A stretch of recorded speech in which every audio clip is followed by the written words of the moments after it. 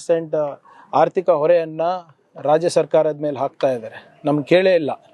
That itself is unconstitutional ಒಂದೇದು. ಆಮೇಲೆ ನಾವು ಹೇಳೋದು ಬಿಡಿ, ಇವತ್ತು ಮಧ್ಯಪ್ರದೇಶ ಸರ್ಕಾರ ಇರ್ಬೋದು, ಬಿಹಾರ್ ಇರ್ಬೋದು, ಆಂಧ್ರ ಪ್ರದೇಶ್ ಇರ್ಬೋದು, ಎಲ್ಲರೂ ಕೂಡ ಎಲ್ಲಿ BJP ಮತ್ತು BJP ಅವ್ರ ಸ್ನೇಹಿತರಿದ್ದಾರೆ, ಅವರೇ ಕೇಂದ್ರ ಸರ್ಕಾರಕ್ಕೆ ಪತ್ರ ಬರೆದಿರೋದು, ಇದು ತಾವು ಮಾಡ್ತಾ ಇರೋದು ಸರಿ ಇಲ್ಲ, ಏಕಾಏಕಿ 40% ಹೊರೆಯನ್ನು ನೀವು ಹಾಕ್ತಾ ಇದ್ದೀರಾ, ನೀವು ಗ್ಯಾರಂಟಿ ಅಂತ ಹೇಳಿಬಿಟ್ಟು 60 ದಿನ ನಿಷೇಧ ಮಾಡ್ತಾ ಇದ್ದೀರಾ, ಏನು ಅಗ್ರಿಕಲ್ಚರ್ ಪೀಕ್ ಸೀಸನ್ನಲ್ಲಿ ಕಾರ್ಮಿಕರಿಗೆ ಕೆಲಸ ಕೊಡಲಾರ್ದೆ, ಇವೆಲ್ಲ ಅವರು ಬರೆದಿರೋದಲ್ಲ, ನಾವು ಅಷ್ಟೇ ಅಲ್ಲ.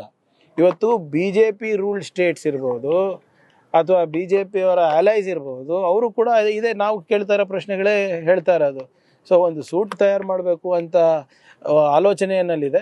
ಮಾನ್ಯ ಈಶ್ವರ್ ಖಂಡ್ರೆ ಅವರು ಅದ್ರ ಬಗ್ಗೆ ಸೂಕ್ತ ಕ್ರಮ ತಗೋತಾರೆ. Thank you.